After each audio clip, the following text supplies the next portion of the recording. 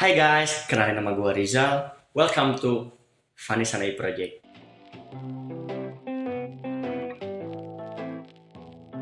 Dari gua, lu, bahkan mungkin kita semua sangat tersiksa oleh kejadian beberapa tahun yang lalu yang melanda seluruh dunia. Kalian ingat gak kejadian apa yang pernah melanda kita waktu itu? Yap, benar. Kejadian itu adalah pandemi COVID yang berasal dari kota Wuhan dari Cina. Bahkan pandemi ini melebar ke seluruh dunia dan sampai Indonesia sendiri. Di Indonesia sendiri sampai-sampai terdapat sebuah tren yang bernama hashtag di rumah saja.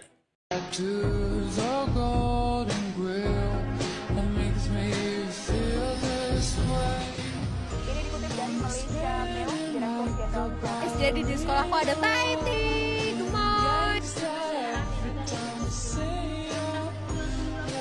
Rasanya seperti Anda menjadi Iron Man. Tapi kalian tahu gak sih, dulu banget beberapa ratus tahun ke belakang pernah ada pandemi yang pandeminya tuh lebih parah daripada pandemi COVID, baik itu dari segi penyakitnya maupun dari segi waktunya.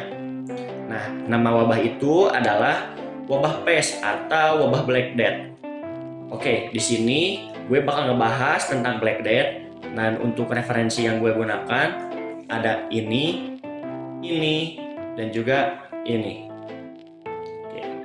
Nah, jika kalian ada waktu lenggang atau pengen komplitnya, ya kalian boleh cek video tadi. Atau jika kalian gak ada waktu, kalian tonton aja video ini. Gua udah rangkumin semuanya secara detail, secara lengkap, dan juga secara lebih ringkasnya kayak gitu.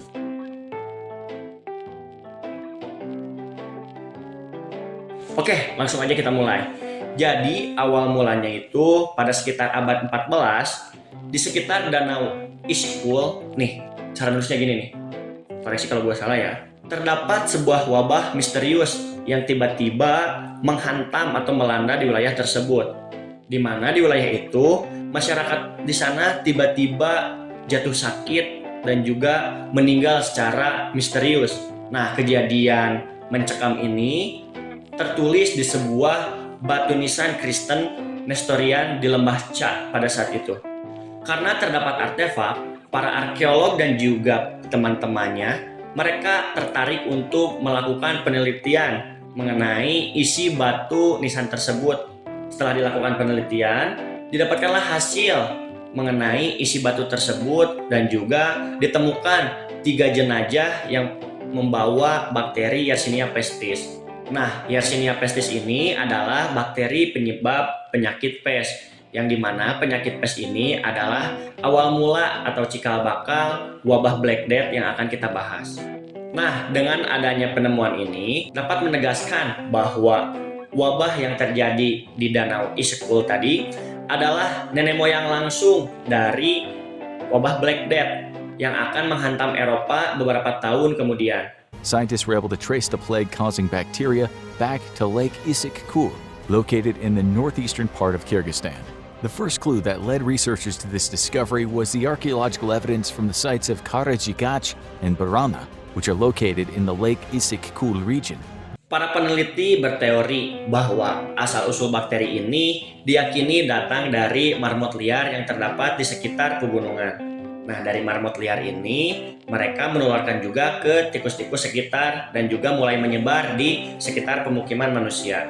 Nah, di sini gua mau meluruskan suatu hal, bahwa asal-usul bakteri ini tuh gak datang dari tikus, tapi datang dari kutu tikus. Nah, si tikus ini adalah sebagai vektor pembawa penyakitnya. Oke? Danau Isikul berada di wilayah Asia Tengah. Dan pada saat itu, wilayah Asia Tengah adalah wilayah kekuasaan dari kekuasaan Mongol.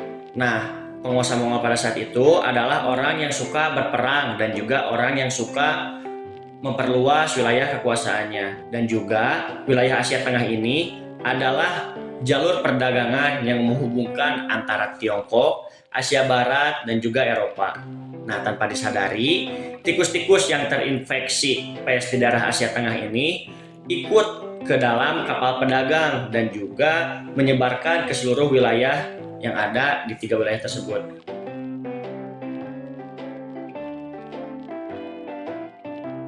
Oke, tadi gua udah ngejelasin wabah pes yang ada di Asia. Sekarang gua bakal ngejelasin kenapa wabah pes ini bisa dari Asia pindah ke Eropa. Jadi pada tahun 1346, wabah Black Death telah mencapai pesisir Laut Hitam. Lebih tepatnya di pelabuhan Cava, kota dagang milik Genoa. Nah, pada saat itu Genoa sedang diserang oleh pasukan Mongol, yang dimana prajurit pasukan Mongol saat itu sudah terinfeksi oleh wabah pes. Para sejarawan mengatakan bahwa pada saat itu banyak sekali pasukan Mongol yang sudah terinfeksi oleh wabah pes ini. Banyak dari mereka yang meninggal. Nah, karena pasukan Mongol ini menghalalkan segala cara untuk menang, mereka melemparkan mayat-mayat teman mereka ke dalam kota Genoa menggunakan katapel yang sangat besar. Sehingga setelah pengepungan berakhir dan juga orang-orang Genoa yang selamat pada saat itu, terutama pedagang, mereka mulai takut untuk diam di sana. Sehingga mereka kabur ke wilayah-wilayah lain. Yang tanpa disadari, mereka itu sudah membawa wabah Black Death di tubuh dan juga kapal mereka. Oke, pada tahun-tahun selanjutnya, kapal-kapal tersebut mulai sampai di wilayah pelabuhan Messina, Sisilia. Orang-orang di wilayah sana sangat kaget pada saat kapal datang ke wilayah mereka. Banyak sekali awak kapal yang sakit parah dan juga yang meninggal. Di saat yang bersamaan, tikus-tikus yang ikut menumpang di kapal tersebut ikut turun di wilayah tersebut. Sehingga pes terbawa ke wilayah tersebut.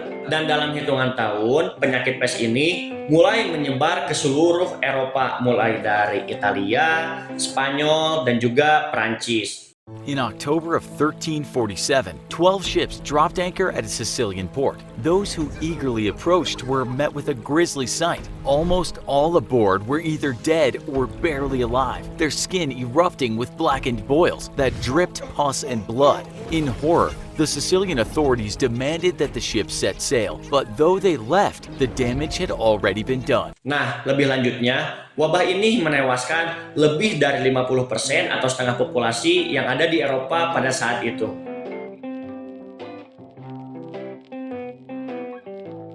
Karena wabah pes ini mulai menyebar di mana-mana, orang-orang mulai skeptis terhadap penyakit ini. Masyarakat takut untuk bertemu dengan orang lain, apalagi orang-orang yang sudah terkena penyakit kulit. Nah, maka dari itu, masyarakat mulai mencari cara untuk mengakhiri penyakit ini. Di antaranya, terdapat beberapa teori yang terkenal pada saat itu. Yang pertama, dari para astronomi. Oke, dari pihak astronomi, mereka berteori bahwa wabah ini disebabkan oleh posisi planet dan juga bintang yang tidak menguntungkan. Salah satu teori populer waktu itu adalah mereka mengatakan konjungsi waktu tertentu antara satu planet dengan planet lain, lebih tepatnya antara Saturnus, Jupiter, dan juga Mars pada tahun 1345. Dan karena kejadian ini melepaskan uap beracun ke atmosfer kita, yang mana menyebabkan penyakit pes ini dimulai. Nah, ini untuk teori pertama. Oke, yang kedua ada teori dari para dokter atau pihak kedokteran. Nah, dokter abad tengah ini mereka mencoba beberapa hal, seperti yang pertama, bloodletting, atau mereka mengeluarkan darah untuk mengimbangi cairan tubuh sesuai teori dari humoral. Yang kedua, mereka menghirup dan juga membakar herbal aromatik seperti rosemary atau lavender untuk mengusir udara buruk atau miasma yang ada di lingkungan sekitar. Yang ketiga, mereka menggunakan masker atau bunga di bawah hidung seperti yang diilustrasikan pada dokter wabah ini.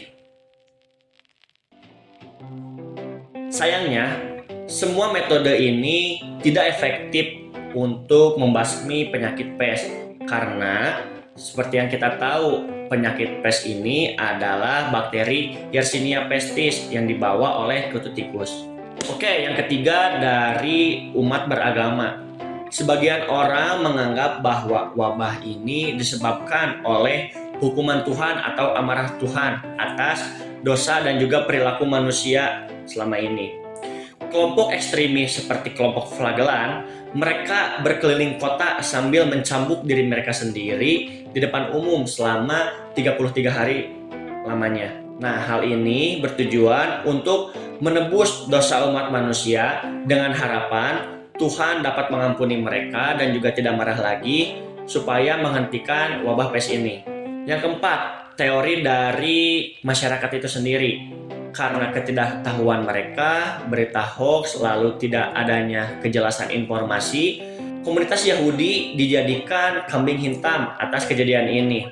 Beredar fitnah bahwa orang Yahudi telah meracuni sumur-sumur yang ada di sana, sehingga hal ini memicu program pembantaian massal yang terjadi di Eropa pada saat itu, terutama di wilayah Jerman, Swiss, dan juga Perancis. Padahal berita ini adalah berita hoax, karena orang-orang Yahudi juga banyak yang terkena wabah dari pes ini.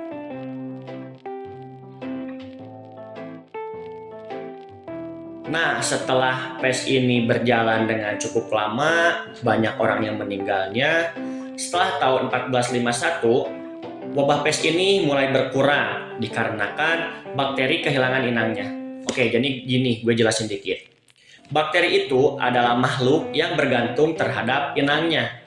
Di kasus pes ini, yang menjadi inang adalah tikus dan juga manusia. Nah, pada saat itu, karena banyak orang yang meninggal, banyak tikus yang meninggal karena hal ini, populasi mereka berturun dengan sangat drastis, sehingga bakteri pembawa pes juga ikut menurun. Setelah penyakit ini berjalan sangat lama, masyarakat mulai menyadari satu hal, bahwa kapal-kapal asing atau kapal-kapal pedagang yang datang ke wilayah mereka sering sekali membawa penyakit, terutama wabah pes ini. Oleh karena itu, untuk pertama kalinya, otoritas Kota Ragusa mereka mengeluarkan aturan bahwa siapapun orang yang datang ke pulau mereka, baik itu pedagang maupun yang lainnya, mereka tidak boleh langsung datang ke kota, melainkan mereka harus tinggal dulu di pulau yang terpisah selama 30 hari, atau bahasa lokal di sana disebut dengan Trentino. Tetapi masyarakat mulai skeptis. Ditambahkanlah aturan Trentino ini menjadi 40 hari, atau dalam bahasa Italia disebut dengan 40 giorni. 40 giorni ini asal mula kata dari quarantine, atau di bahasa Indonesia sendiri adalah karantina. Meskipun pada saat itu masyarakat tidak mengetahui wabah pes ini berasal dari mana, tetapi masyarakat pada saat itu mulai meniru langkah yang dilakukan oleh otoritas Kota Ragusa ini, seperti kota Venesia dan juga kota Genoa dan juga kota-kota lainnya.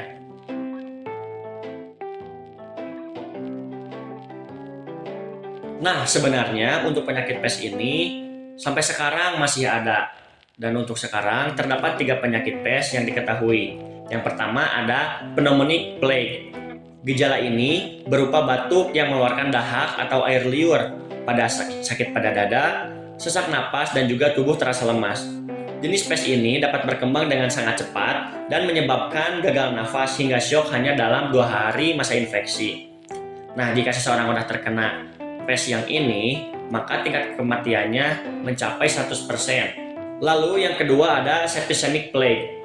Umumnya, septicemic plague ini akan menimbulkan gejala berupa demam, lemas, gemetar, mual, dan juga muntah, sakit pada perut, diare, hingga terjadi pendarahan dari mulut, hidung, dan juga anus. Gejala lainnya berupa warna kulit yang menghitam akibat tidak berfungsinya jaringan. Lalu yang terakhir ada bubonic plague. Gejala ini biasanya akan muncul 1 minggu setelah pengidap digigit oleh kutu yang terkena infeksi. Gejala ini berupa pembengkakan di daerah leher, ketiak, pangkal paha, dan juga area di sekitar gigitan. Oke, jadi 3 pes yang tadi gua sebutin itu, gue mengambil sumber dari Halodoc. Nah, jika kalian ingin tahu lebih lanjut, kalian bisa nonton anime ini. Nah, di anime ini ada salah satu episodenya di mana mereka itu membahas mengenai penyakit pes atau wabah Black Death.